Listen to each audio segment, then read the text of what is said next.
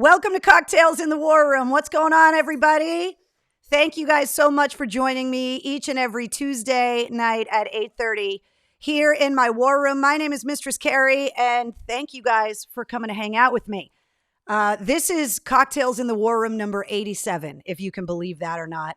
And before it goes any further, allow me to turn on the fully functioning Pug Cam. If you're new to the war room, the lockdown, the quarantine, this has been my trusted co-host for all of these episodes. This is Wednesday. You can follow her on Instagram. She is quite the prima donna. Her Instagram handle is up there. But this is just a small sampling of some of the crazy toys that you guys have sent to the most spoiled pug on the internet. And tonight I brought back the dreaded Stingray. So I apologize in advance if I am driving your dogs crazy at home. But Wednesday is all kinds of wound up. And so she wanted to make sure that she came to hang out with you guys. So I want to thank Latini Creative Solutions for sponsoring this episode of Cocktails in the War Room. You can get on their website at latinicreative.com if you're looking to rebrand your company, if you need new artwork, if you need to design anything from new uniforms to graphics to website logos, whatever it is that you could need.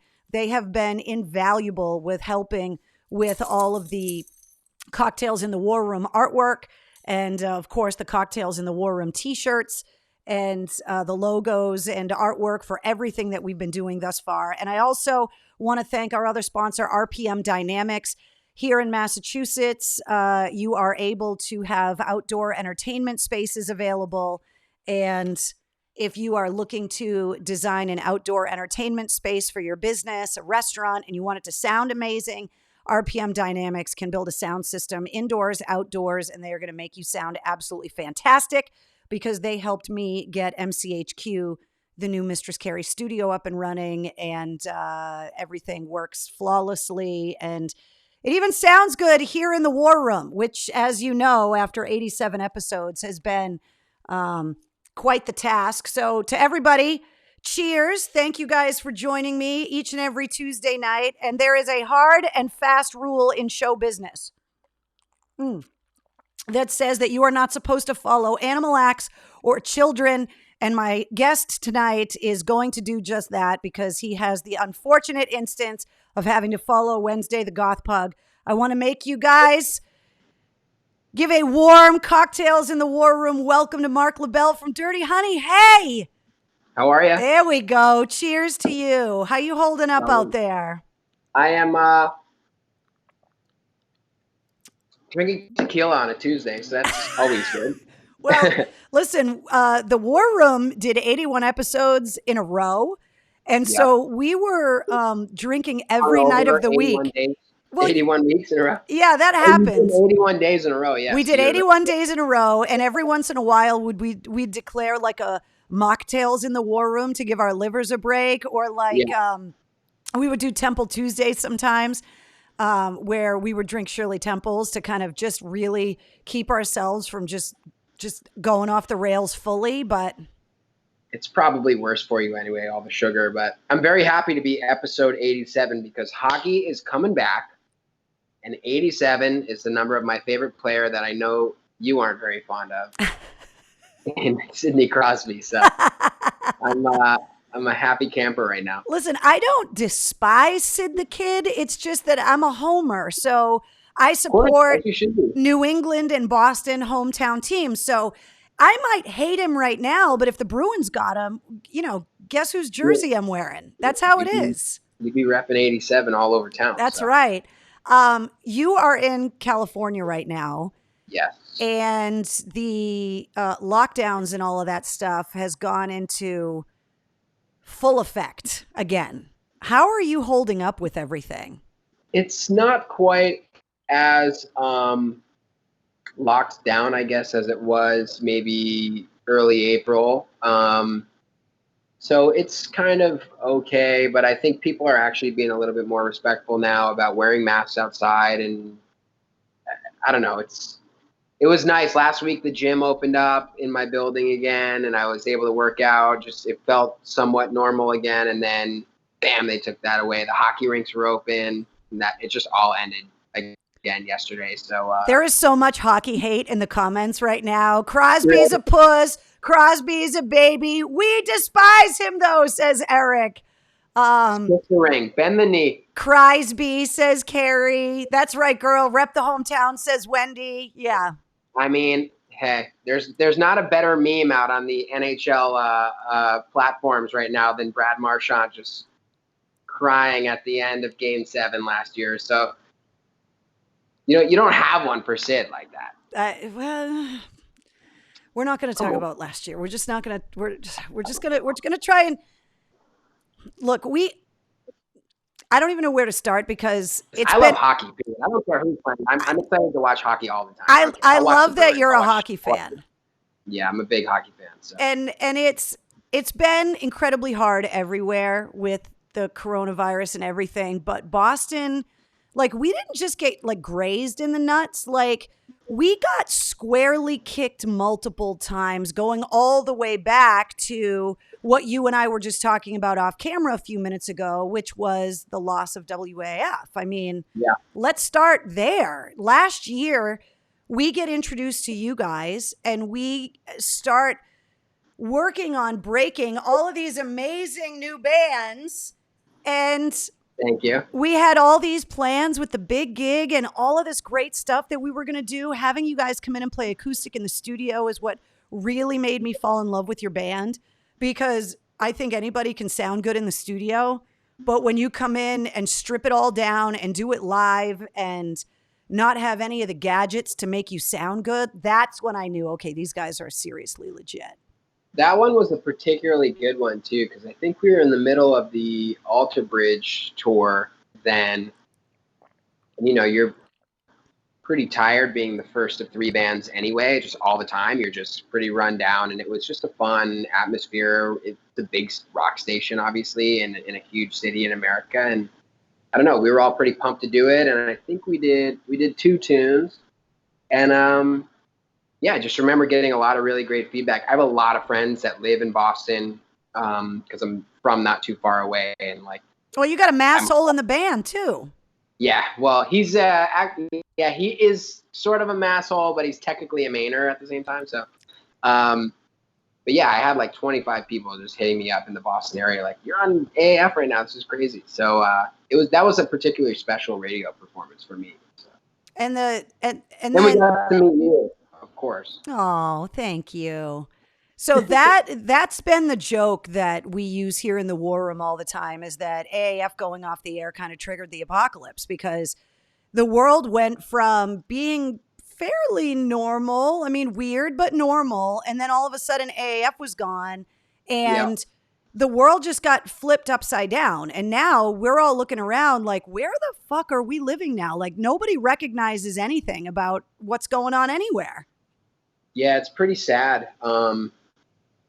I've been doing quite a bit of just traveling around California, and it's just sad to see the current state of the country. Like, my parents were spending time in Florida, for the spring, and they got out of there like right when things turned the corner for the worst.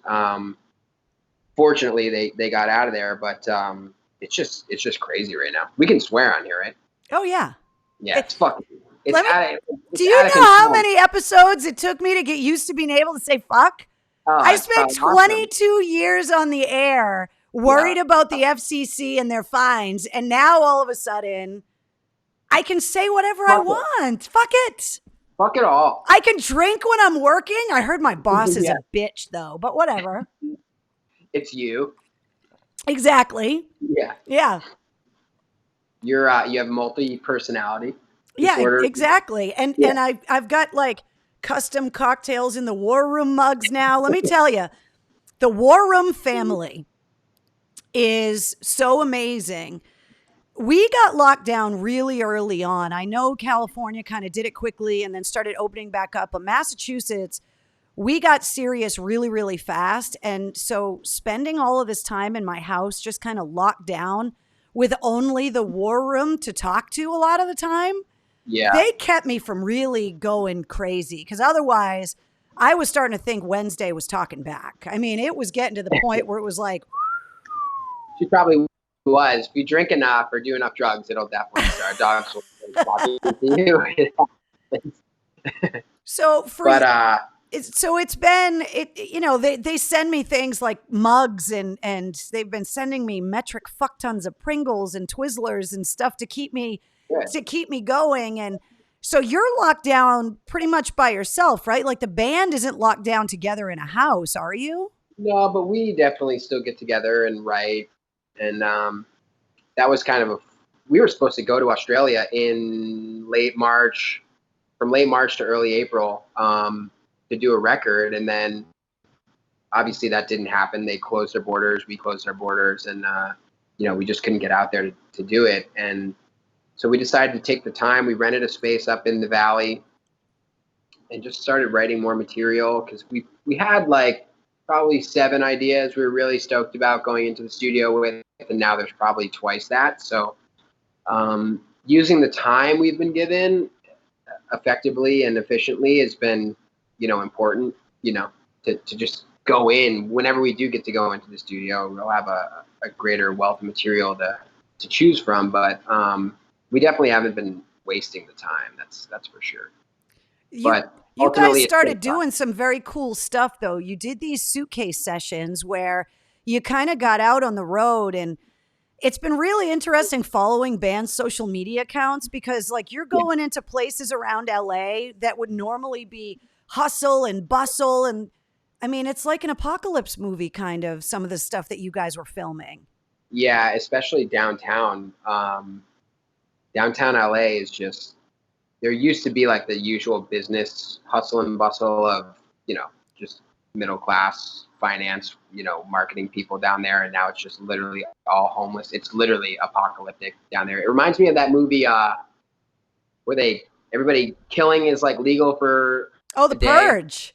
The Purge, yeah. Yeah. It's eerily like that down there right now. But yeah, we went out to an area on the eastern Sierra Mountains called the Alabama Hills and did the first suitcase sessions.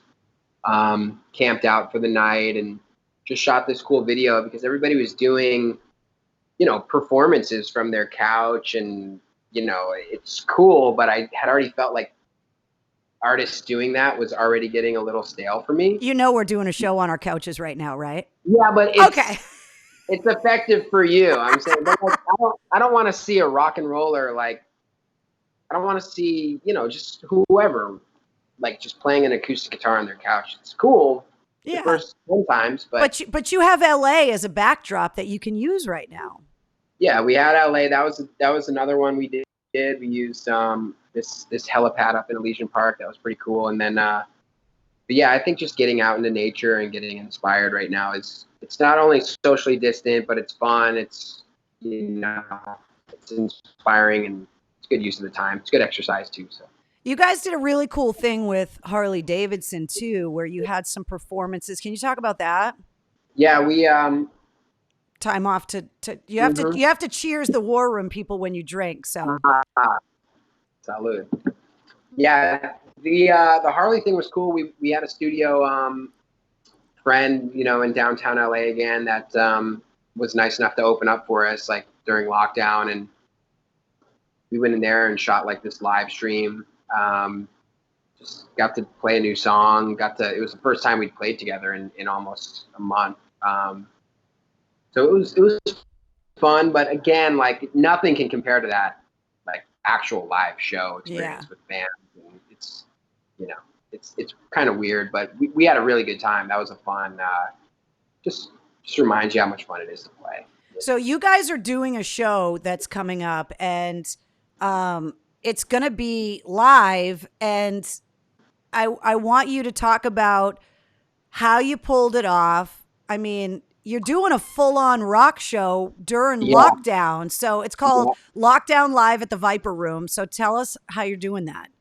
Yeah, so actually KLOS, the classic rock station here, has been super helpful with us too. And, we're endlessly grateful to them because I don't think there is an active rock station here. But they just came to us and they had this idea and they just wanted to do a show with with the band from live from the Viper Room. We were like, hell yeah, let's do it. That sounds awesome. And then, we have a little filming team that we use for the Suitcase sessions, for the Harley Davidson stream we did, for our Rolling Sevens music video. We're going to use those guys, and yeah, we're going to do a full-on rock show, play some new music that we've been working on, and we're going to play a little bit more to the camera, so to speak. It'll feel like a rock show that we just kind of get to be like almost like we're there, but not quite. Yeah, and I've been saying, what's better than getting down and dirty in the comfort of your own home, right? Actually, it would be better to be at a show, I'm sure, but that's the next best thing. Well, I mean, what we've all learned, and you got to love when you're doing a live show and your dog's fucking barking in the background. Wednesday! Very professional. It's amazing how the quality level of production has gone down so low since the virus. I think it's gone up. You think? I think so. I don't know. But really? I had the cheers to War Room. Yeah, well, no, I appreciate that. I'm talking about the fucking dog. She doesn't want to stop barking. I can't hear her. That's all I can hear over here. So I forgot even what I was going to say. This is what happens when you start drinking doing the show. So we were talking about the Viper Room. I have all the details up on the screen, and it's going to be at 10:30 here on the East Coast. People can go to dirtyhoney.veeps.com to get tickets, because you guys are doing this kind of as a ticket-based thing, which is how, I mean, as of right now, this is the new normal, right? Yeah, and like, it's not a secret that we're an unsigned band, right? So to sort of, I don't know, stay alive, we've got to, do something to earn a living. But, it's pretty important. It's $9.55 per ticket, I think. Yeah. So, it's not too bad. It'll be a nice little pay-per-view event that, and I've heard the streaming service Veeps is really good. So it's going to be an HD stream, and it'll be cool. We're really looking forward to it. And more than anything, just looking forward to playing with the boys, loud. We had this little rehearsal space that was, I don't know, maybe 12 by 12, little box, and just turning up the amps in a tight space like that, and the drums like being so loud is not ideal. So to be at a venue, to crank the amps all the way up and to make some noise will be fucking awesome. I'm pretty pumped. Well, can we talk about that for a second? Because last year, you guys took the music business by storm. You were this you did.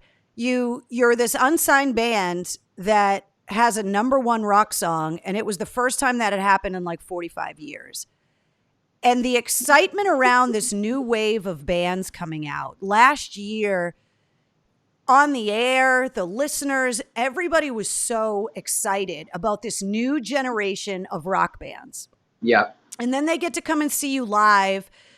At the Palladium, we saw you when you were touring with Mark Tremonti, and just like getting and being like, okay, this band is legit, and there's so much momentum, and you guys are doing it without this massive mechanism of a major label with all of the help that can provide behind you.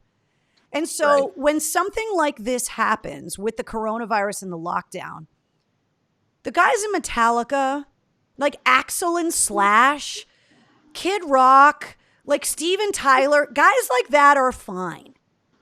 It sucks for them because their crews are all shut down, and they definitely are not doing all of the shows and stuff that they had planned, the residencies in Vegas and all of that stuff. But there's this perception that if people go to a show and they see you on stage at a sold out show, that everyone kind of has that kind of rock star resource, whatever. And this has hurt bands like you guys more than anybody, because you guys were just getting going. Yeah, and especially at the early stage, you want to keep the train rolling, obviously. To quote an Aerosmith song, I think it's an old Yardbird song, actually. But yeah, I understand the mentality of people like Slash and Steven Tyler. It sucks for everybody, not just us. I mean, it Oh, sucks like no, for no. them. They're I'm not dogging them by any financially, means. I'm just saying that no, they're at a level yeah, where they're financially secure financially for they're going to sure. be okay. But bands that are new, that are just getting rolling like Dirty Honey, Yeah, there's the Bad Flowers, there's Dirty Honey, there's Bret, Dinosaur obviously. Pile Up, and There's Joyous Wolf is another one. Marcus King, I really love too. Like, there's this whole new wave of young rock and roll bands that are coming up that, they're building something, and obviously it sucks to have it stop, but I think the even worse situation to be in is to be a band like Green Day, who just put out a record and now right. they can't do anything. Again, Green Day's, they're going to be fine. But they can go tour to thousands of people, no matter what. But ultimately, the bigger problem is that anybody that's doing this, hopefully, especially if you're Steven Tyler Slash, you're doing it now because you still love doing it. And Right. when something that you love is taken away from you, it fucking sucks no matter what. No matter, I'm sure Slash would pay 50 grand right now to go be able to play a show I or bet he whatever. would. I'm sure he would. That guy loves playing more than anything. So, it sucks for everybody, but to have the momentum come to a screeching halt is not good. But well, the reason why I bring it up is that, you were one of these bands that at WAF we really wrapped our arms around. And AAF listeners were the most passionate, loyal, diehard, just amazing, wonderful gang of absolute rabid dogs that you've ever seen, which is why we're here right now, because they've been supporting me through all of my new endeavors now. And so what I want people to understand is if they love your band, they can really help by getting tickets to watch this live stream at the Viper Room, because this is going to help the band continue that momentum forward. And sure. if they're fans of yours, like, get the show, hang out at home, kick back in your war room, put your feet up, make yourself a drink. Have a couple of drinks. I'm definitely going to be having some drinks that night. There's no doubt about it. It's going to be like any other show, So it's a huge thing for you guys. Yeah, it's a huge thing, and we're gonna be fine. I'm very happy with the new stuff that we're writing, and I've kind of been somewhat containing my excitement the last several weeks. Talk to me about that one new song that you guys did that I heard. I don't know. I don't remember the name of it, but I heard the new song that you guys played online. Yeah, The Wire. Okay. Yeah, it's a rocker. It's just a fun, great riff that Nato, the guitar player, came up with. And, once you get the lyrical content sort of just fell in my lap, scatting, I've been walking your wire, and just kind of the rest of the song writes itself pretty easily. So that one came about pretty quick. But, I was having trouble with another tune on this record. I've had this great riff floating around for a long time, and just needed to clear my head and get out of whatever headspace I was in. And I went up to Yosemite to go hiking in the national park. And it was literally like 24 hours after I got back from that trip. It's just something popped in, and it's like, okay, the song's done now. Like and I'm very, very excited about it. So I'm excited to do the Viper Room, excited to get into the studio. We have a couple shows coming up in August to out of state that we're going to do. And then I don't know what the rest of the year holds, but a lot of people are asking if you guys are going to be able to come back and do the big gig in April. And right now, bands and promoters and tour managers, like everybody is just so nervous about committing to any kind of plans because nobody really knows what the world. I mean, we thought the big gig was going to happen in April, and the arena where we were going to have it turned into a field hospital for COVID-19 patients. Wow. So it was like, even if the lockdown hadn't happened, like we wouldn't have been able to have it at that arena because it got turned into a hospital. So we don't know what's going to happen yet because it's so far away. No, and like for me, I'm respectful of the coronavirus. I wear a mask. I try and do the things you're supposed to do and be socially distant. I'm less concerned about myself if we were to go perform at a show, and more concerned about the people in attendance because they're right on top of each other. So, you know, we got to just, whenever the time comes, it's just got to be safe. And nobody wants to be the guinea pig that goes out there and does the first show and then have, you know, thousands of people get coronavirus and die, you know. Yeah. Which is scary. Some people are asking me, are you guys going to make merch for this Viper Room show? Are you going to do custom shirts for that show? We do have some shirts going out. It's kind of like a collaboration with our logo, KLOS's logo, and the Viper Room. So they're going to be pretty cool. I've seen this design. It looks pretty good. So Amanda says she's following you guys on Spotify. John says, oh shit, 2020 virtual concert swag. I am in, he said. Mark says The Wire is up on YouTube Live, so you can check it out. That's what's awesome about the War Room, is that I get this instant feedback and people can ask questions, and it's pretty awesome. Yeah. You're wearing an Aerosmith shirt. You and I have had extensive Aerosmith conversations. I want to have a conversation quickly about a guilty pleasure of mine that features Aerosmith, because I've found the outer edges of on demand and Netflix and everything, because there's nothing else to do but kind of hang out on the couch and watch stuff most of the time. Yeah. What is your feeling on Sgt. Pepper's Lonely Hearts Club Band? Have you seen it, and what did you think about it? I've never seen the movie. Yes. I've never seen it. I just rewatched it yesterday. Aerosmith is in it. Aerosmith is in it. That's why they recorded Come Together, because it's a movie about Beatles stuff. I was actually just listening to Joe Perry's interview again on Howard Stern. He was talking about how they played the future villains in Sgt. Pepper. It's free on demand right now. If you have cable, check that out now. It's free on demand. George Burns is in it.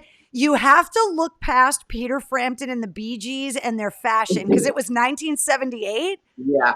But I'm watching this, like Earth, Wind, and Fire's in it, and it was my favorite. From every great other artist of the it's unbelievable. Like when I was a kid, like this, it was one of those movies that after it came out, like it was always on reruns and stuff. And so when I was a kid, it was like one of my favorite movies. And I grew up as a child afraid of Steven Tyler, because he goes after Penny Lane in the movie. And so as I obviously got older and was like, oh wait, Aerosmith is awesome.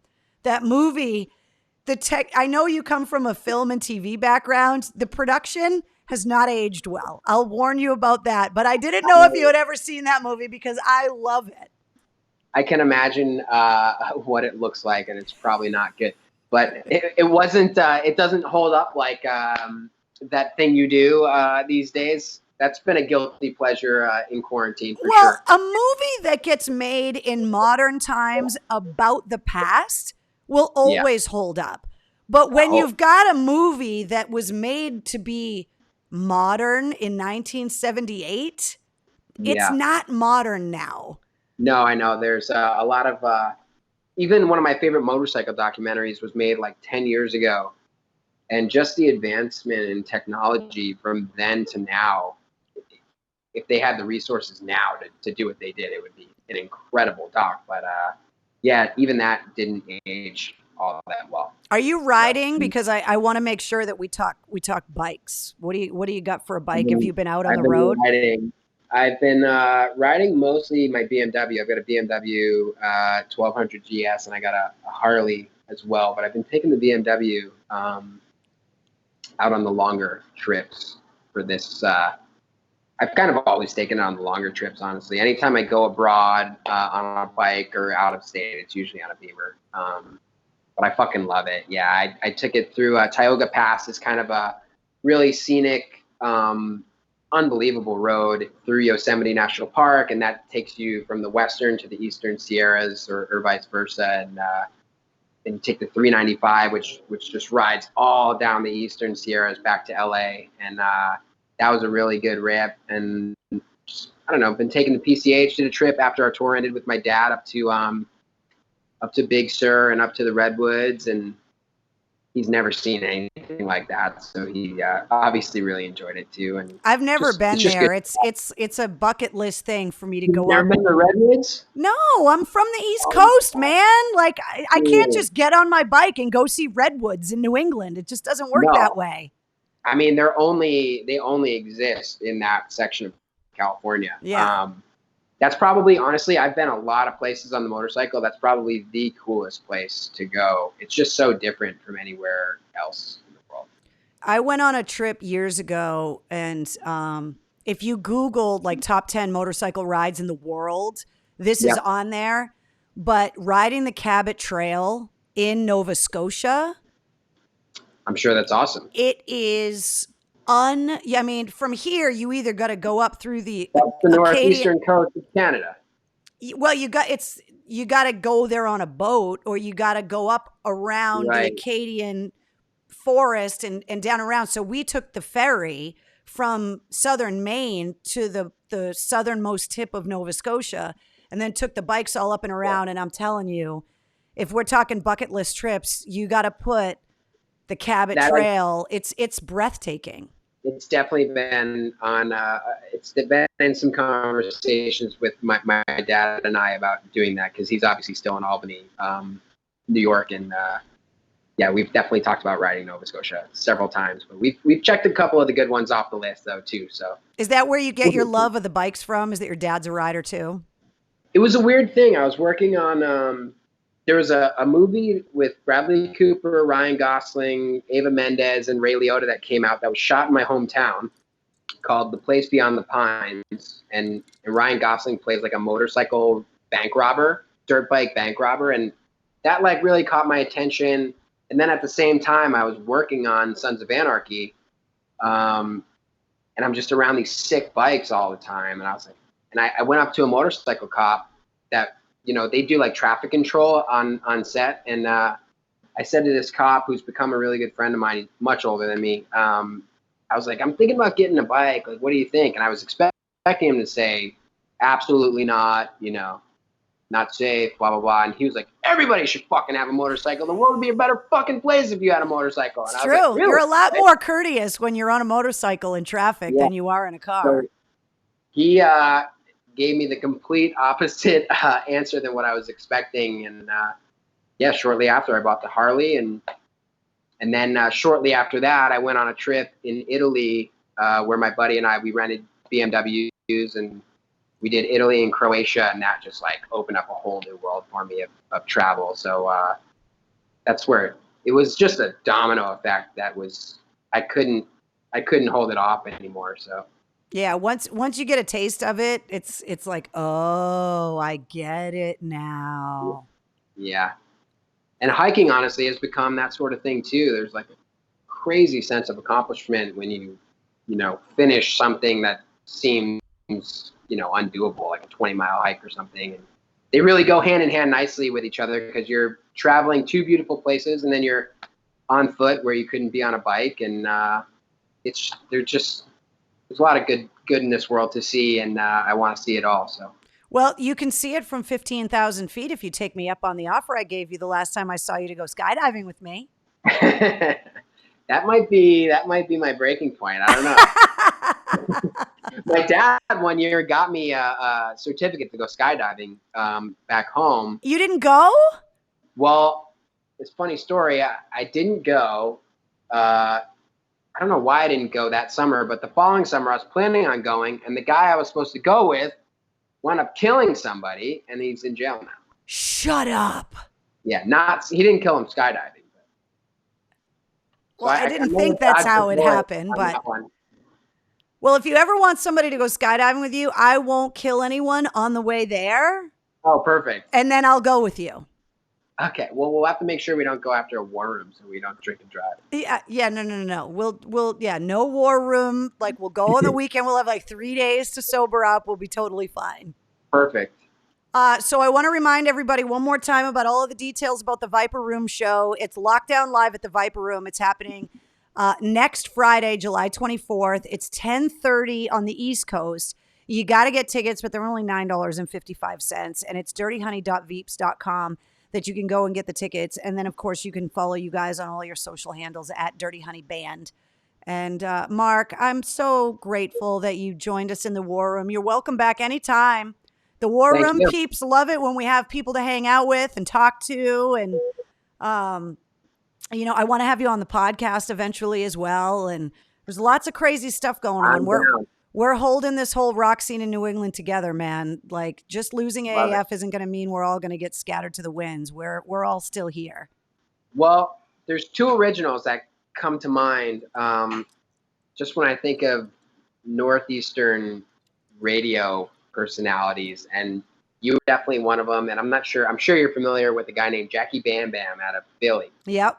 And you two strike me as kindred spirits. So yeah, I hope both of you guys are well. But yeah, I hope you're hanging in there. It fucking sucks about AAF, but we're doing okay, man. We're doing okay. And part of why I'm doing okay is that all of the bands, everybody that was there with me along the way, from 22 years ago, 25 years ago, last year, whatever, all the bands, when it all happened, said, wherever you go, we're coming with you.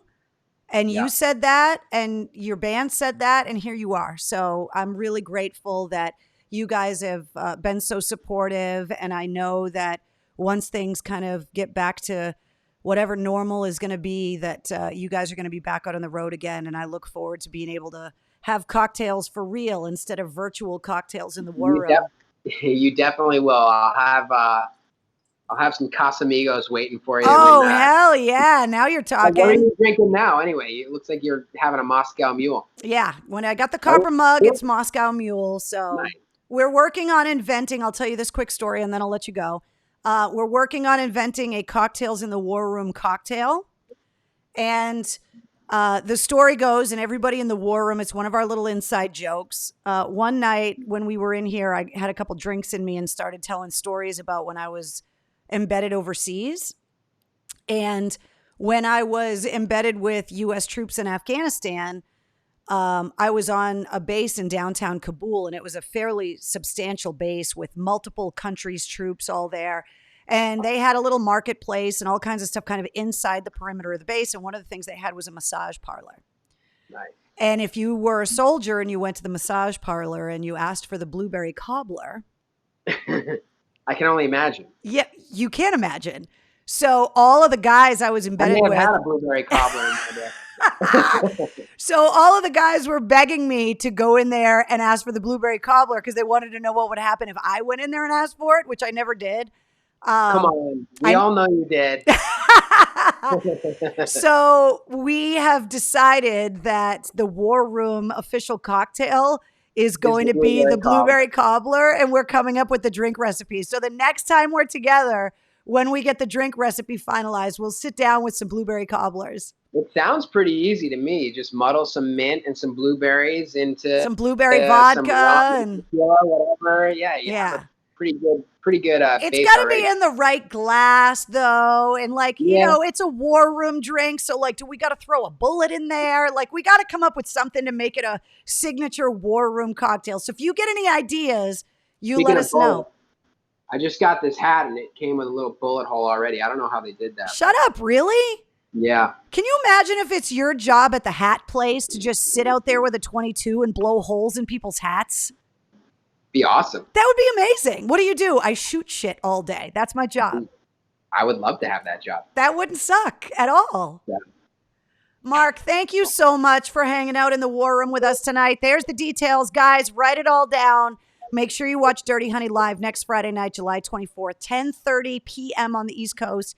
Get your tickets, dirtyhoney.veeps.com. Support these guys. They have been amazing, and they are one of the bands that we knew was going to take over 2020, and now we're just going to press pause and let you take over 2021 instead. We'll still take 2020. We'll be all right. Yeah, you're just going to do it virtually. That's all. Yeah, we'll do a 2-year takeover instead of a 1. That's right. And my invite still stands. Next time you come to New England, if you want to let me throw you out of a plane, I'll totally do it. That'll be fine. I have my goggles. I got my goggles I'll wear right here. Yeah, there you go. Perfect. All right. Perfect. I don't think you're going to be worried about what's on your eyes when they throw you out of the plane. No, I'm sure I won't. I'll be worried about bringing an extra pair of pants and underpants. So You wouldn't be the first one to shit your pants. Yeah, no, but I'll take you up on that. All right. Will you please pass along my love to the rest of the guys in the band as well? I will. Great seeing you. It was great to see you too. Thank you so much. All right. Take care. All right. We'll see you later. Bye. Yeah. There he is, guys. Marc LaBelle from Dirty Honey, and the audio from all of these extra interviews and stuff that we do in the War Room gets put up. That was a little surprise last week. We put them up as after action reports on the podcast. So I told you guys, if you haven't subscribed to the podcast yet, do that, because we're starting to release, I say we, like me and the mouse in my pocket. We're starting to release bonus stuff on the podcast as well. And you want to get alerted when there's new stuff up there. So hit subscribe. All right. So now it's just us. How are you guys? What's going on? Mark says that guy is so cool. Absolutely. Danielle says so cool. He seems like he would be fun to hang out with. Danielle, you are absolutely correct. Those guys are just so awesome. Melissa says, hey guys, sorry I'm super late. Don't worry. You can get the Marc LaBelle interview will be up on this video that'll be posted later on Facebook. It'll also be posted up on my YouTube channel. And like I was just saying, the audio from the interview with Marc will get put up as an after action report on the podcast as well. I have so much stuff to talk to you guys about. I was super excited because Marc was coming in and he wanted to hang out in the War Room with us. But I have so much other stuff to talk to you guys about. Oh my God. I don't even know where to start. Let's start with this. So Dirty Honey aren't the only ones that are doing some live concerts. Dirty Honey's is next Friday, the 24th. Bush is doing a live concert this Saturday. They're doing their virtual concert July 18th. It's going to be at 9 o'clock here on the East Coast. You can get the details on the official Bush website, bushofficial.com. Their new album comes out this Friday, so you want to check that out. AC/DC is celebrating the 40th anniversary of Back in Black, and they are releasing these documentary episodes on their YouTube channel, which is really cool. And if you're an AC/DC fan or you want to just check that out, I can't believe Back in Black is 40 already. But the story behind Back in Black is up on the official AC/DC YouTube channel. Steel Panther is doing Rock Down in the Lockdown on August 16th. You can go to their website, steelpantherrocks.com, to get all of the details on that. But they're doing it with a full crew, and there's going to be some amazing live concerts, even though you're not going to be able to be there in person. I love the fact that bands like Dirty Honey and Bush and Steel Panther are doing these kind of live virtual concerts, which is awesome. Bret Michaels begins filming, hopefully this fall, for a film called The Music Man. He's put up a bunch of footage on the internet of him going through marksmanship training, and they're hoping to start filming for the movie this fall. He also has a book coming out called Auto Scrapography, and that is a book. It's like a scrapbook, a picture book, volume 1, that he has for pre-order up on his website, shopbretmichaels.com. So I wanted to tell you guys about that. All right. One of the other things I wanted to talk to you guys about is the mail call. So I got some stuff I want to show you guys. So first of all, I want to thank Travis, who I know is out there, part of the War Room family, host of Oscar Mike Radio. We recently recorded an episode of his podcast that is coming out very soon. And the art of the thank you note is not lost. And I thought it was really cool when I went to the mailbox and I got a really sweet note from Travis. I am proud to say, I hope I'm not giving away secrets, but that I'm going to be on episode 200 of Oscar Mike Radio, his podcast, which I'm super excited about. I want to show you guys these pictures because I got them in the mail and I am dying. I got them from Kim. Kim sent me a letter and said, hey, my name's Kim. I've been listening to WAF and you since the 90s. One night in the War Room, you had a throwback softball shirt on and it brought back memories of WAF versus Warrant, Trickster, and Firehouse. I think it was in Billerica. Actually, it was downtown Boston. It was at the softball field that's in the Boston Commons. I found my pictures. Sorry, they are pictures of pictures, but please let me know if this is you. Okay, so she took actual photographs. So I'm showing you guys these pictures. That is not me in the background. That's Jenny Lane, obviously, wearing the shirt that I wore in the war room, but that is not me. She sent other pictures that are literally photographs of her photo album. I remember this day like it was yesterday. These pictures are unbelievable. We went to the Hard Rock Cafe, which back in the day was on Clarendon Street, the original location of the Boston Hard Rock, and it was insane. Now this picture is unbelievable. So that's Jenny Lane with Bill Whiteman, Mark Raz, Liz Wild. That's Liz Wild. That's not me. That's Liz Wild. And then our old program director, Ron Valeri, with that fantastic porn star mustache, who was my boss for years. But that's who's in that picture. That's Liz Wild, not me. But if you're an old-time listener of WAF, Jenny Lane, Bill Whiteman, Mark Raz, Liz Wild, and our old PD Ron. And here's a wider version that also will show you a very young Greg Hill in that photo as well. So I wanted to share these photos with you because they were just amazing and brought back memories. I was an intern back then, but it was unreal. Kim continues, thank you for continuing to bless us with your new chapter and letting us be part of your journey. Your podcasts are awesome, and you are the first one I subscribed to and the only one. I got 2 cocktails in the War Room shirts because the vets need so much. Thank you so much. Hopefully you get this before it's time for the War Room, and please show the pics on Facebook Live. Can't forget Wednesday. Hello, she's adorable, and the Pug Cam is so cute. So there you go. I got to show you guys the pictures. Kim, I love them. Thank you so much. I showed Travis a little bit when we recorded the podcast episode, the bulletin board that I have hanging up at MCHQ that has all of your letters on it. And when that studio is 100% done, I'm going to give you guys a tour and show you guys where I put all of your mail, which I love. And then I got a couple of packages, and I got to show you guys some of the stuff that's in these because it's absolutely hilarious. So the Mistress Carrie mail call continues. This came with a Post-it. It came from David, and it said, because you're the shit, because he knows I collect Pez dispensers. And I do not have a poop emoji Pez dispenser, which I absolutely love. So thank you, David. Freaking hilarious. He also sent some treats for Wednesday. If you're just joining us live in the War Room, Wednesday greeted us with the Pug Cam for a little while, and now I believe she's sleeping in the other room. There's also some miscellaneous Pez dispensers in here.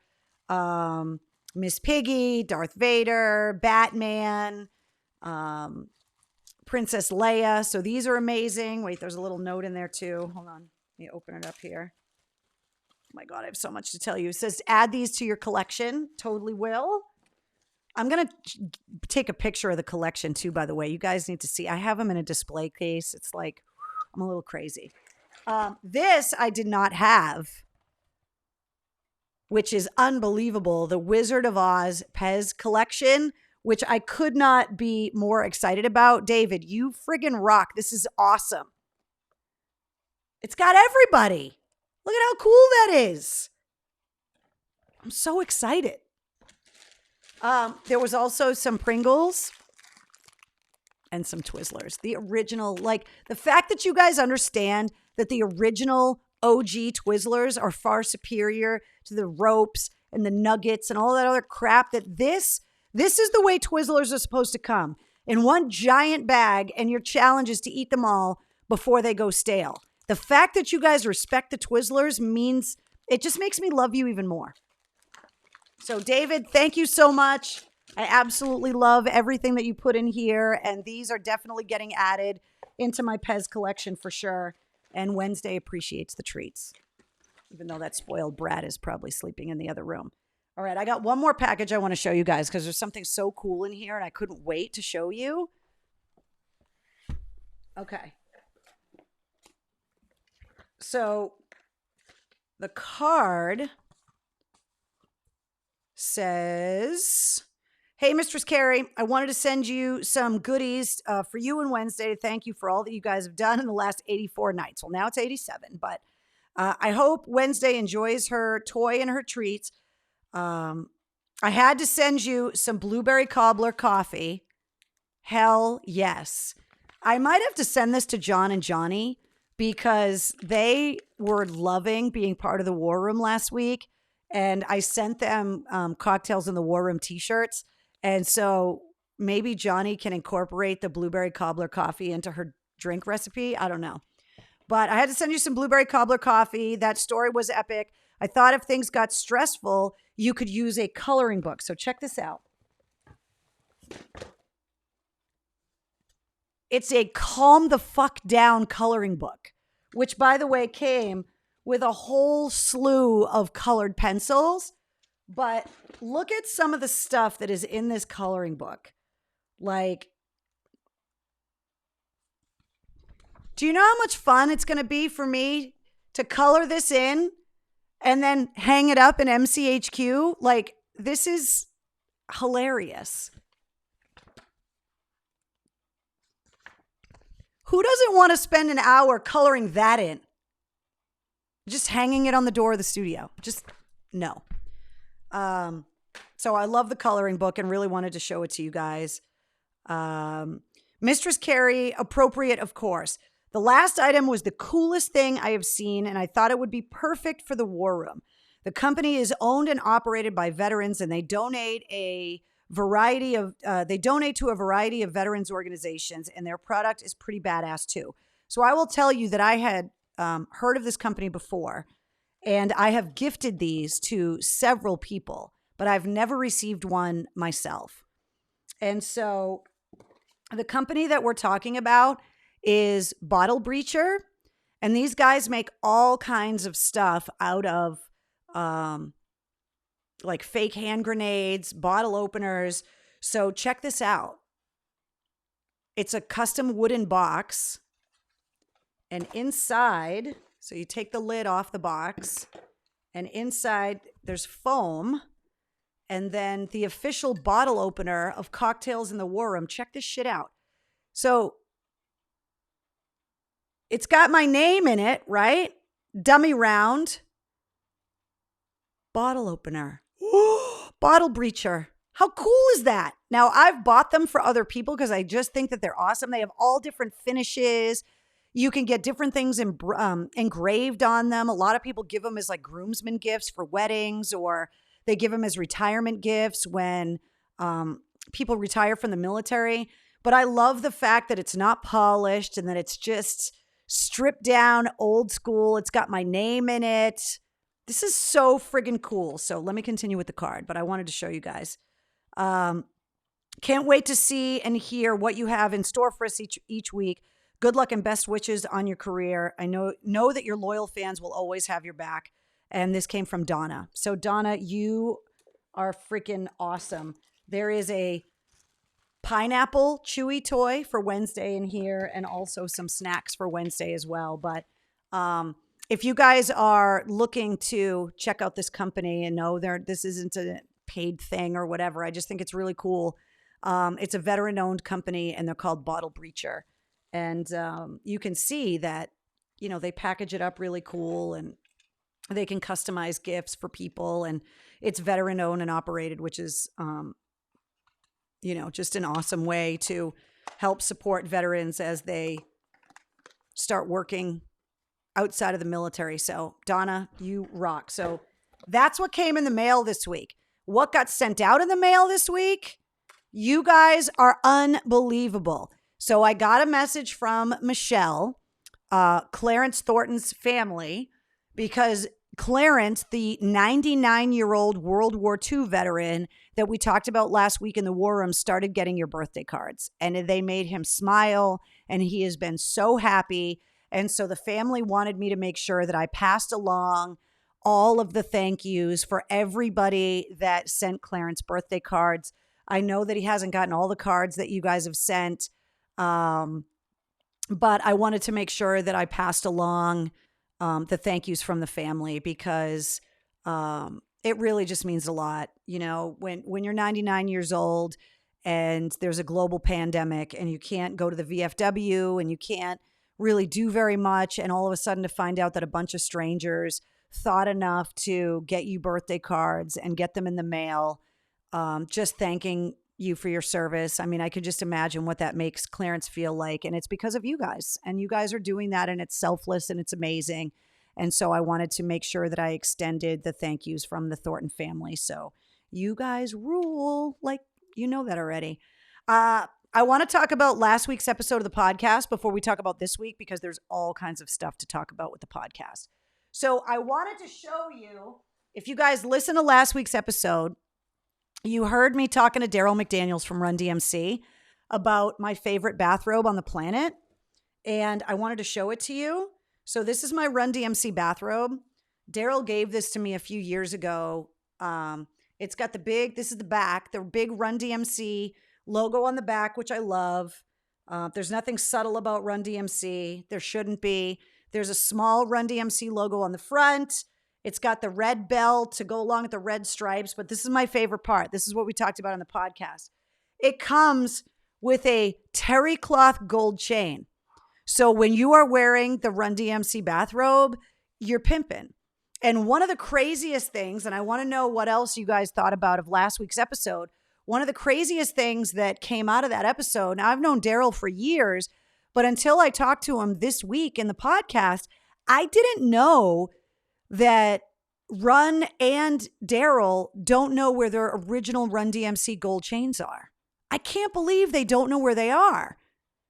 I was shocked. Now, finding out that Jam Master Jay's gold chain is in the Rock and Roll Hall of Fame, I feel like that's the perfect place for it. But I couldn't believe that the gold chains became such a huge part of Run DMC and their image, and that those guys don't know where their gold chains are. Like, who has them? Where the fuck are they? You can't tell me that you don't know that you have this giant Run DMC gold chain in your house somewhere. Like, somebody has to have it.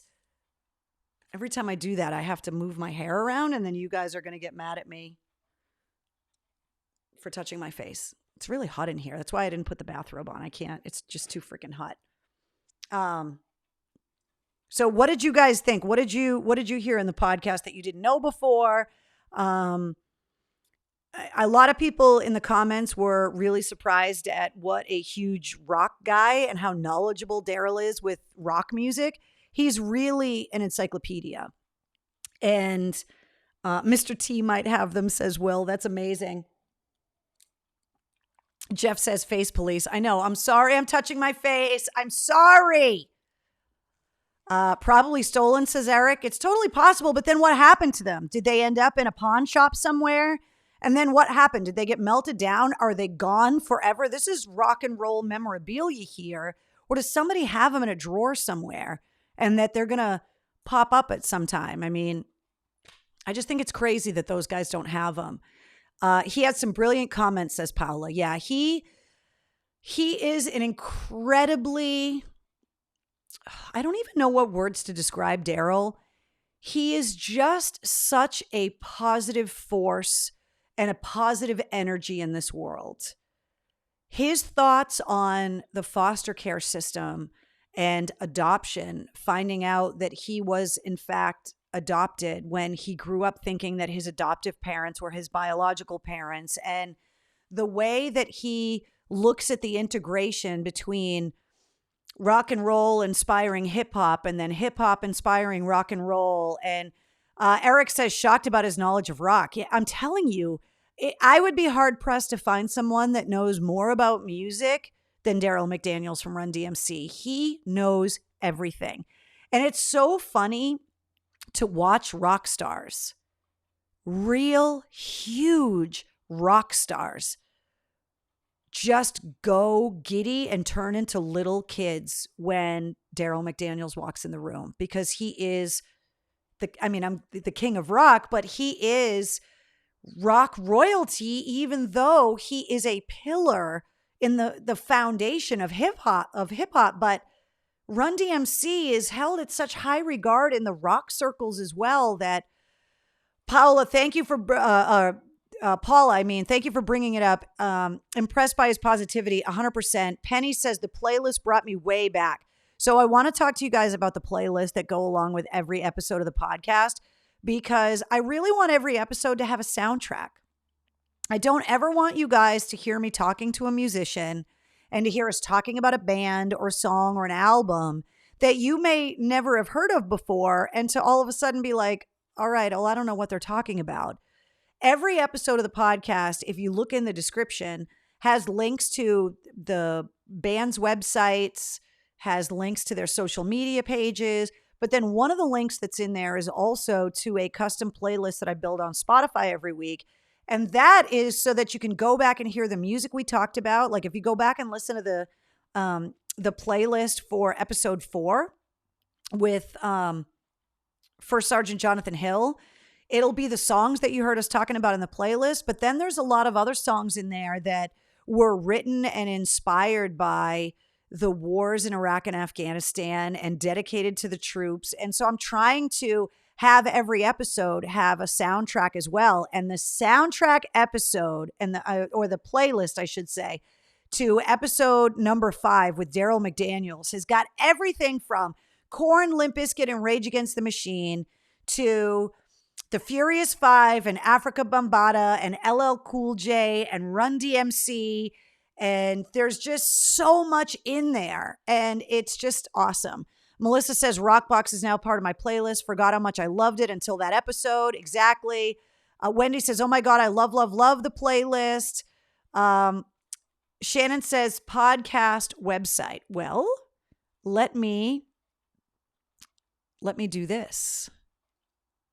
Here is where you can hear the podcast. And I am happy to announce that the Mistress Carrie podcast is finally on Pandora. When I launched the podcast, a lot of people asked, when is it going to be on Pandora? And I can assure you that I had been working on it and I have been dealing with tech support because there was something going on the Pandora end.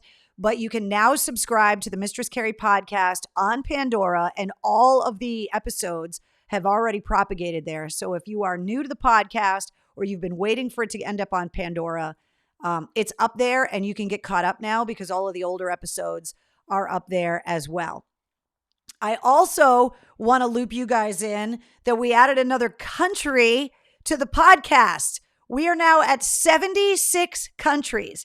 I don't know who you guys know in Mongolia, but there's people in Mongolia listening to the Mistress Carrie podcast.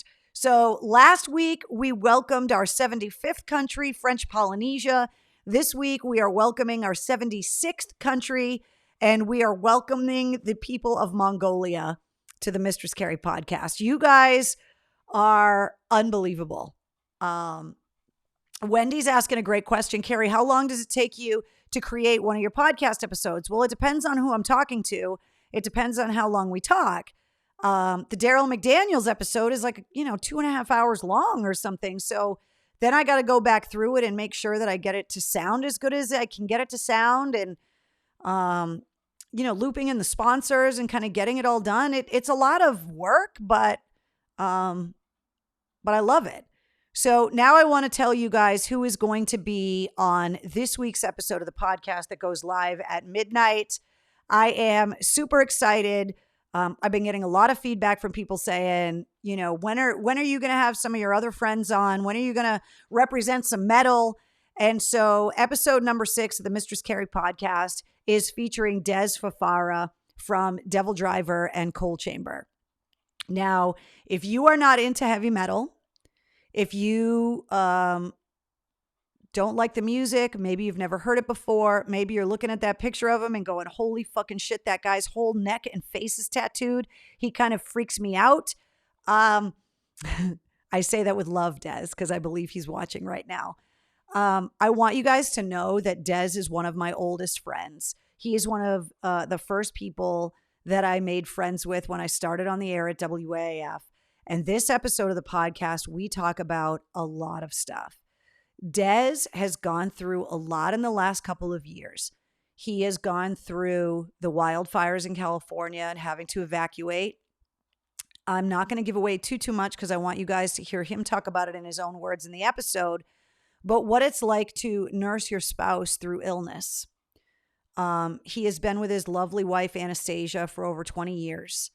And she recently went through some health struggles. And so if you are a woman that has had health struggles and you want to hear what it's like to be that supportive husband, Des was very open and honest about talking about that. And if you're a guy that has had your wife or your girlfriend or your mom or a woman in your life that you love be stricken by illness and need to be nurtured and supported, I think the things that Des has to say in this episode are really going to hit home with you. And we really talked about a lot of stuff outside of music. I mean, obviously, we talked a lot about music as well. We talked about Halloween a lot and about haunted places. We talked a lot about the old times and those early tours and the early Ozfest years, second stage Ozfest. We really talked about a lot of stuff, and it was so fun going down memory lane. He started asking me questions, and I was like, wait, now the interview's going off the rails because the guest is starting to interview me. We just talked about so much stuff, and I think that you guys are going to be shocked if you, and I talk about it in the episode, look at this fucking guy, right? The tattoos, he's got hair down to his ass. He's been a heavy metal singer for 25 years. Wait until you hear how he spends his days. I don't want to give it away because I was like, what the fuck are you talking about? But it was so much fun to catch up with Des and to also talk about some of the serious stuff. He has got 3 grown sons because him and Anastasia have been together so long that they've raised 3 adult sons, and hearing about his parenting and what's going on with his kids and just his outlook on a lot of things, that this totally just transcends Devildriver and Coal Chamber. But if you are a metal fan, it is not crocheting Kim, but fucking hilarious. But if you are a metal fan and you are a fan of Des, a fan of Devildriver, a fan of metal music, we talk a lot about that stuff as well. So I really think that everyone is going to be able to listen to this episode. And it's definitely, when you guys ask me questions about putting together an episode of the podcast, I never want to make a podcast episode where somebody feels like they're excluded. Like, oh, well, that doesn't interest me. Or like, remember back in the day when they would have the behind the music episodes and you would watch them even if you didn't like the artist, because there was always stuff in there that you were like, holy shit, like I didn't know that about them. I want the podcast to have that kind of a vibe where you're getting exposed to music and people that you never would have normally listen to because maybe you just didn't think it was for you. And so I really want, going into these episodes, for you to be like, I've never heard of this guy before. I've never listened to his music before. Maybe his music's a little too heavy for you. Maybe it's not. Maybe the tattoos scare you. Maybe they don't. We talked a lot about tattoos as well. But when you start listening to the episode, that you, just like John Hill, just like Daryl McDaniels, just like Tommy Vext, that after, no, he did not get into quilting or scrapbooking, Sean, but again, funny. No, Shannon, it's not knitting. But I really want you guys to get to know the people outside of just what it is that they do. And I feel like the podcast and the feedback that you guys are giving me, that we're on the right track, that you're learning things about these people that you never knew before. And I love it when I get to talk to people that I've known for literally decades. And he and I talk about some of those early days as well. And we just had a really good time recording this podcast episode. And yeah, exactly, Kim. Never judge a book by its cover. I bet he's a gentle giant, says Jeff. He's just a super cool guy. He's very family oriented. He's a great dad. He's an unbelievable husband. He's a very smart business guy. But you get him on stage and all of a sudden, you know, shit gets real. And so I'm super excited for you guys to hear this episode of the podcast. So episode number 6 goes live at midnight tonight. And it features Des Fafara from Devildriver and Coal Chamber. And you can subscribe. That link right there at the bottom of the screen will give you links so that depending on how it is that you listen to podcasts, Apple, Google, Spotify, radio.com, iHeartRadio, Stitcher, Deezer, Overcast, Radio Public, TuneIn, Pocket Casts, and now Pandora. And I want to thank all of these podcast outlets because every week the podcast is growing. And the fact that you guys are leaving reviews and you're leaving comments and you're sharing them with your friends. If you've got metalhead friends, if you went to go see Cold Chamber way back in the day with some friends, share this episode with them. And if you are behind on episodes, or maybe this is the first episode you're going to listen to, go back and listen to the other ones. It's really interesting that unlike a radio show, which you would do live and then it was gone, that these podcast episodes, I'm watching people listen to the new one and then discover some of the older episodes, and watching people's reactions, even if they're coming in weeks later, like, oh, wait, I didn't know Corey Taylor thought like that. Or it was so nice to hear Brent Smith from Shinedown or Zach Myers or Tommy Vaxed. And so we're really starting to get some amazing feedback, and people are going back and listening to some of the other episodes and going, oh, okay, I understand what's going on now, which is exactly how it's spreading like it is. I don't know why the countries that are still gray, but we got to get them. I want that whole map to be blue. I want to welcome everybody into the War Room and into the Mistress Carrie podcast. And so let's get cracking. Joe wants to know, where's Wednesday? She was here at the beginning of the episode. We turned the Pug Cam on for a while and then she took off and now I don't know where she is. One of the other things that we always do in the War Room is we celebrate birthdays. So cheers if today is your birthday. Happy birthday to you. If you are celebrating a birthday today, you celebrate it with Woody Guthrie, Taboo from the Black Eyed Peas, Dan Smith from Bastille, and Dan Reynolds from Imagine Dragons, and also Big Pussy from The Sopranos. So happy birthday and toast and cheers to everybody that's celebrating a birthday today. I'm spreading like the corona, Carrie, says Kim. I love that. Melissa says your podcast is amazing. Thank you so much. Have you and Dicks by Mail talked? Donna wants to know. Yes, we have. And we are talking right now. Update on a bag of dicks. You guys are unbelievable. We have talked. We've swapped emails and we're working on trying to figure something out, because as the podcast is growing, expanding and getting, now that this is my job, getting sponsors and building all of the things that this is going to become. I told you guys when I first started talking into my cell phone way back on March 14th that there was going to be a lot of growth, and that I hope that you guys were coming with me for the ride, and you guys have. And so there's a lot of new and exciting stuff in the works, and there are a lot of advertisers that are calling. And obviously, not only with the lockdown, but also with this all being very new for me, I'm working on it all. You guys are pushing me to work faster and better, which I love and appreciate. But it has been that saying, drinking out of a fire hose. That's exactly how I feel most days. And it's growing so fast. And it's all because of you guys. And I'm so excited and so grateful that you guys are pushing me to be better and pushing me to expand. And there are going to be, Jeff, you know what? Let's talk about that for a second. Jeff says, rest in peace to Naya Rivera, Kelly Preston, and Elvis Presley's grandson, who died by suicide this week. It's been such a crazy week in music news this week. And especially when you hear about young people dying, you know, Naya Rivera drowning while she was out boating with her son. Elvis's grandson, I can only imagine what it's like to grow up with that kind of a powerful spotlight on you, especially when you have such a striking resemblance to your grandfather.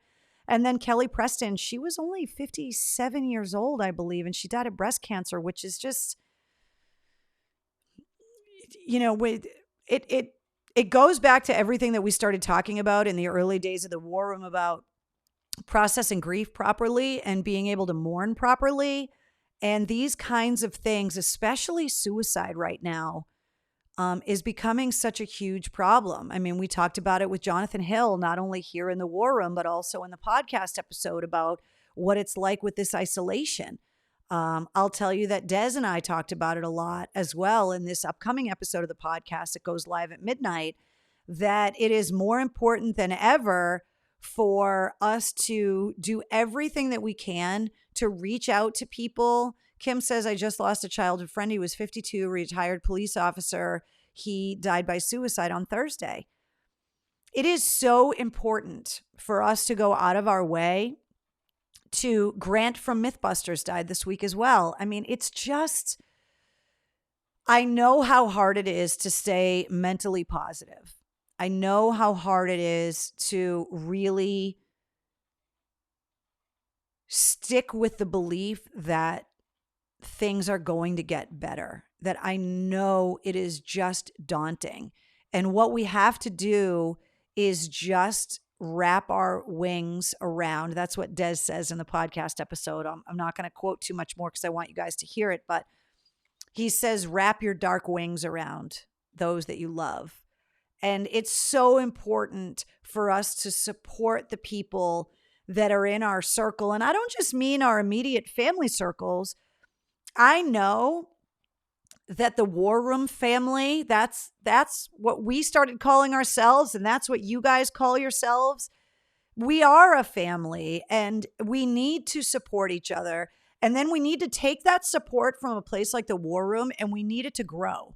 And you need to take how you feel when you get the support from the War Room and from the people that you haven't even met yet, that are just supporting and loving you through this mechanism right now. And then you need to go and you need to turn that focus onto your childhood friends and your neighbors and your family members and your kids and the moms and dads of your kids' friends who are going through everything that you're going through, and the teachers that are separated from their students. And we need to do everything we can to make our circle wider and to make sure that everybody knows how much they are loved and appreciated. Carrie says, here's the suicide prevention hotline, 1-800-273-8255. We talked about it so much here in the War Room, but we need to be vigilant and we need to continue to have the conversation because it could make the difference for somebody. It just could. They could have had such a bad day today. Yesterday they were okay, and today they're just not. And a kind word, a comment, a little note, dropping off a box of cookies, like the smallest gestures could really make a huge difference. And so that's what we're all here for. I hope that that's how you guys are feeling every Tuesday night here in the War Room. I hope that when you take these podcast episodes and you listen to them at home or you listen to them in the car on your way to work, that yes, there's a squirrel that just tested positive for the fucking plague. Like, I hope you're taking this community and I hope that it's helping you internally, but then we also need to make sure that we're not just going like this and becoming a gang that isn't welcoming to new people.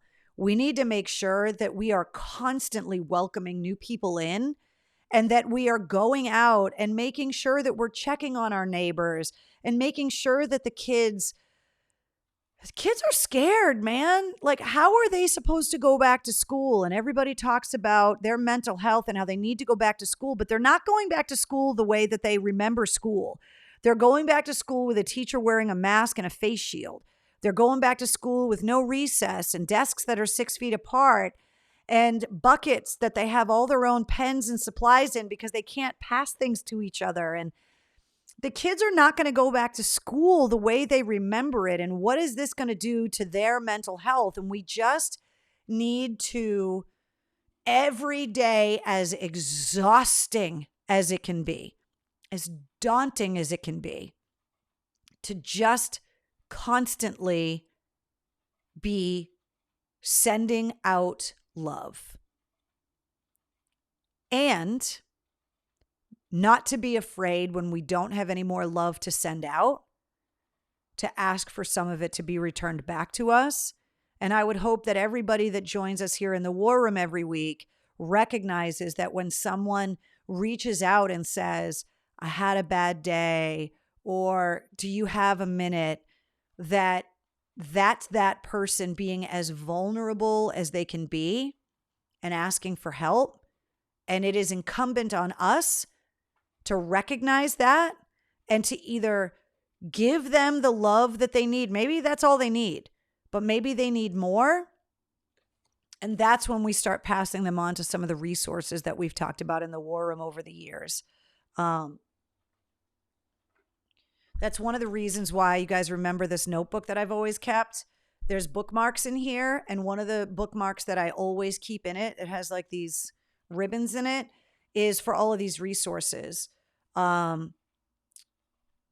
So the resources, I'm going to give them out again because maybe we need a refresher. Mass.gov/COVID-19 for anything that you need COVID related here in Massachusetts. SafeLink. This is the toll-free number if you're having domestic issues. I'm talking about domestic abuse, child abuse. If you do not feel safe at home, 877-785-2020. The National Suicide Prevention Hotline we've given out many times, 1-800-273-8255. And the website is suicidepreventionlifeline.org if you want to reach out. And then there has also been, and I'll read it again, the Nursing Home Family Resource Line. This is just for the Commonwealth of Massachusetts, 617-660-5399. And all of those resources are there. If you're having a hard time, please don't hesitate to reach out. All right. So we talked about Des. That episode goes live at midnight. We talked about Pandora, which I was super excited to tell you guys because a lot of people had asked about Pandora. We talked about Mongolia. Welcome, Mongolia. We talked about the music headlines, so I want to bring these back just in case you guys didn't have a chance to write them all down. I put that picture of Bush, of me with Gavin Ross still up there on the top of the screen because that's the last concert that I went to, which was at the end of February 28th, I believe. And I miss it so much. So all of that music news. We did the mail call. So once again, thank you for all the treats that you guys send me. I look forward to going and getting the mail every week. I just love it. The huge thank you to everybody that has been sending Clarence Thornton birthday cards for his 99th birthday down in Connecticut. We wished everybody happy birthdays. Here is the other big announcement that came out this week. I told you guys way back in the day that things were going to continue to grow and continue to expand. And this weekend, I launched my Cameo page. So here are all the places you can find me online, on Twitter at Mistress Carrie, Facebook. Obviously, you guys know how to find me because you're here right now at Mistress Carrie WAAF. It's the same handle on Instagram at Mistress Carrie WAAF. YouTube, where these Cocktails in the War Room episodes go. If you don't have Facebook or you have friends that are like, I can't go in the War Room because I don't have Facebook, they can see the videos after the fact on my YouTube channel. Yes, there's TikTok. No, there's no videos yet, but it's going to happen at some point. Some night when I have one too many cocktails in the War Room, I'm going to be like, it's going to happen. I just don't know when. I try to talk myself into it all the time. Daryl McDaniels and I talked about all the TikTok videos last week in the episode with all of the It's Tricky videos, and he loves them. It's just amazing. But now I'm on Cameo, and I launched it on Saturday, and I want to thank everybody that has already gotten me to make videos for you. If you don't know what Cameo is, it's very fun. If you or someone that you know and love is a fan of someone, you can go on Cameo, and depending on who they are, you can get those people to make custom videos for you or someone you know, whether it be to celebrate a birthday or a graduation, some kind of milestone in their life, a retirement of some kind. I made a video over the weekend for somebody that wanted their friend to stop being a sexist pig. I made a video for Nicholas, who is a huge fan of Wednesdays and sent Wednesday one of her favorite toys, her little monkey. These videos are super fun, and you get these videos and you can post them up on Facebook and Instagram, and The videos can be for anything. They can be a joke. They can be, like I said, for somebody's birthday. If you are announcing that you're pregnant or you're getting married, if you decided to buy a new Harley and you didn't tell your wife and you're trying to figure out a creative way to do it, you can get me to make the video for you. If you want to break it to your mom that you just got a tattoo that she can't see, or you pierced a part of your body you don't want to talk about at Thanksgiving, whatever it is. Where's my purple hair? What are you talking about, Jeff? I'm super excited to be part of Cameo. I know Danielle. Yay! So I wanted to get on Cameo because people have a lot of fun with it.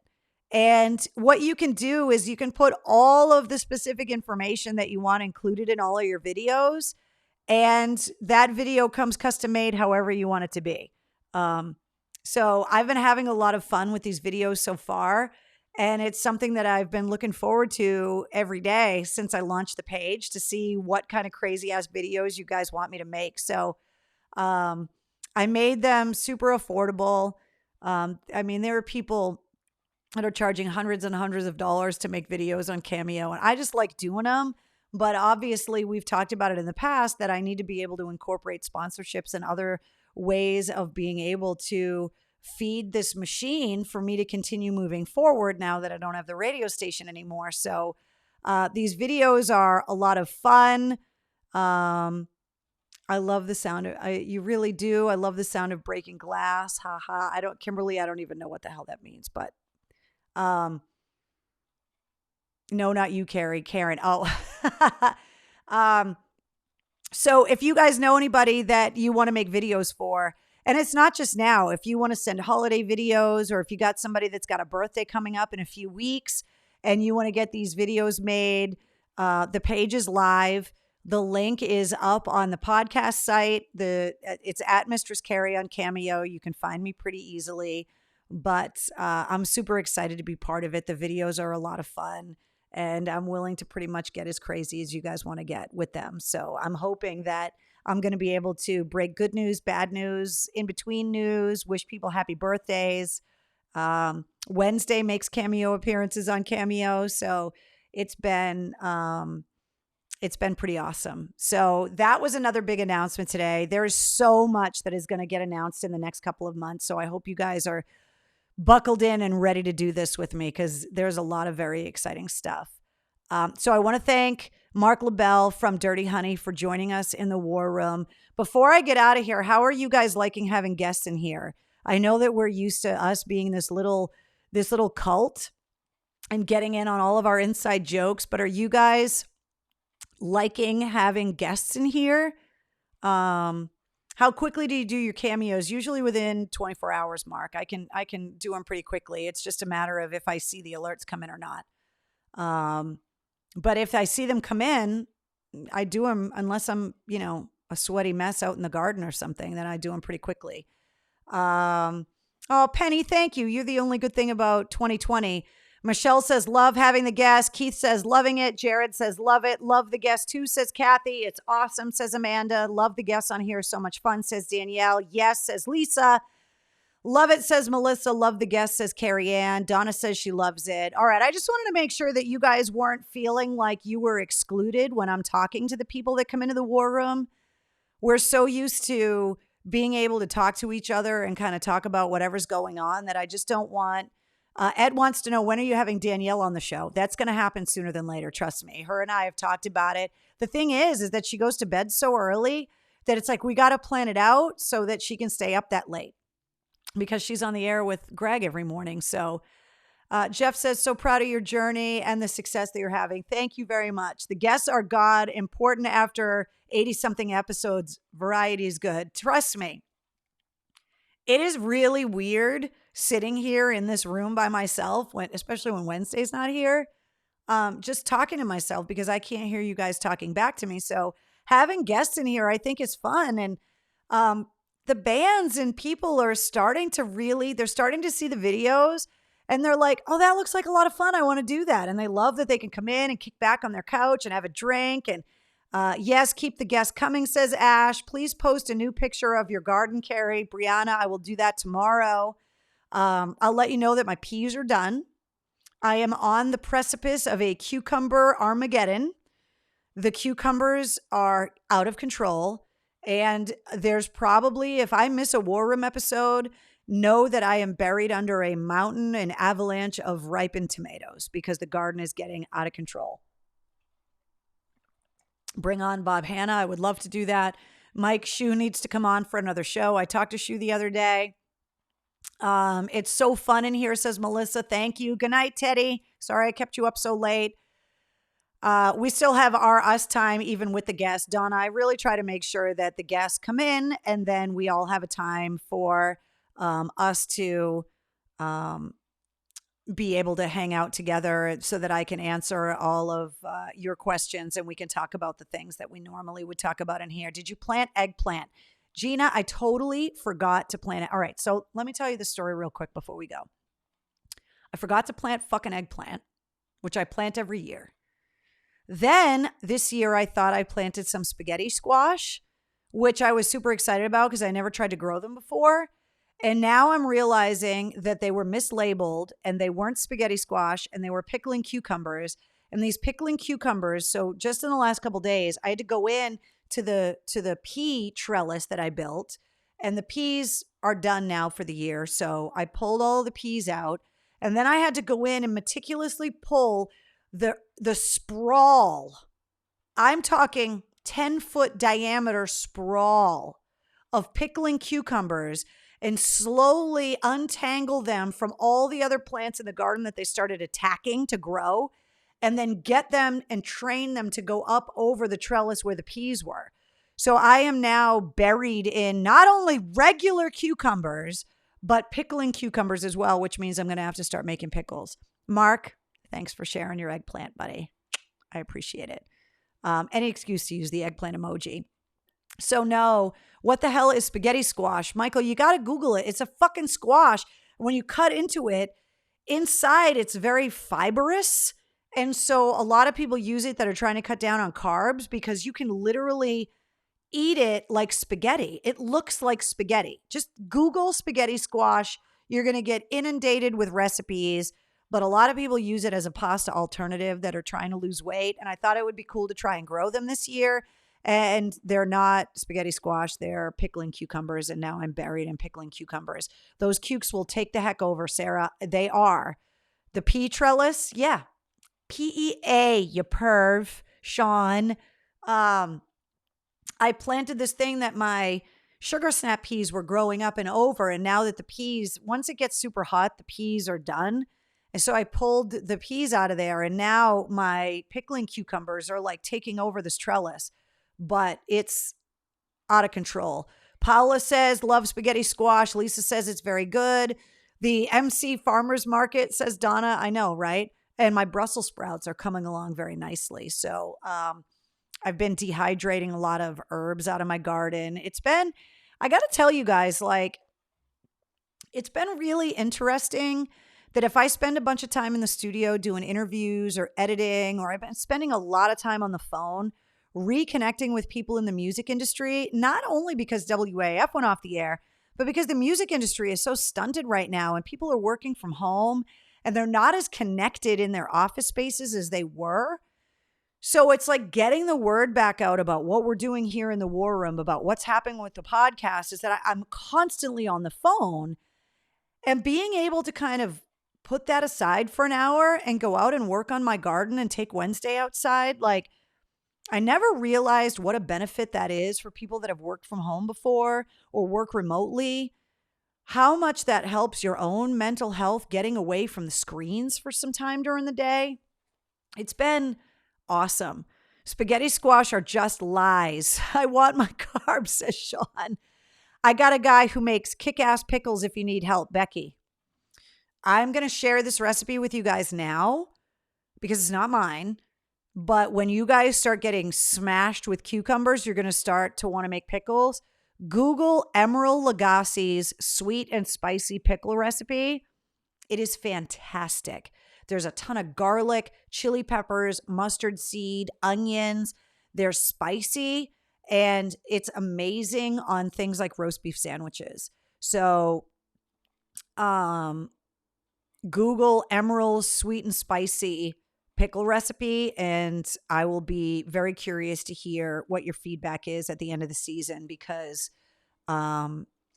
the pickles are awesome and I make them every year. So definitely try those. My peppermint and lavender are doing great. Got a peppermint extract going now. That's awesome. I have a lot of mint. The sage is huge. I've got a ton of basil. The lemongrass is really good. My chamomile hasn't flowered yet, but that's coming. The oregano is doing really well. I've got a lot of thyme. The herbs are doing really well this year.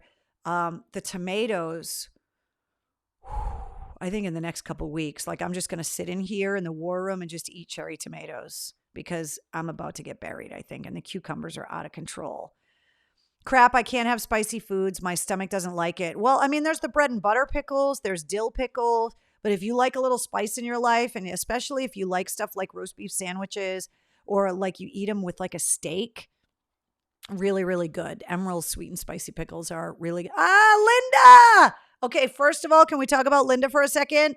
So I went and got my hair done, finally, since the last time we all got together. And it was so nice, even though I had to wear a mask, to be able to go to the hair salon and be able to get my hair cut and dyed by a professional and not have it look like I killed a fucking Muppet in my tub. And Linda, my hairdresser, is addicted to my pickles, and I give them to her for Christmas every year. So she'll tell you that the pickles are delicious. All right, guys. So just to recap, Mistress Carrie podcast available on Pandora now. I am also available on Cameo for all of your good news, bad news, ball busting needs. And at midnight, Des Fafara from Devildriver and Cold Chamber, he is our guest for episode number 6 of the Mistress Carrie podcast. You guys are amazing. You are awesome. I know that things can be really hard. Massachusetts is doing great when it comes to the virus right now, although I know where Mark from Dirty Honey and other people are having a really hard time. But keep doing what you're doing because it's working. So wear your masks, wash your damn hands, don't lick anything weird, and keep it up, everybody, because we're going to get through this. And the only way we're going to do it is we're going to do it together. So Wednesday loves you. I love you. Podcast, new episode at midnight. And I will see you guys. God, I love being able to say this. See you next Tuesday.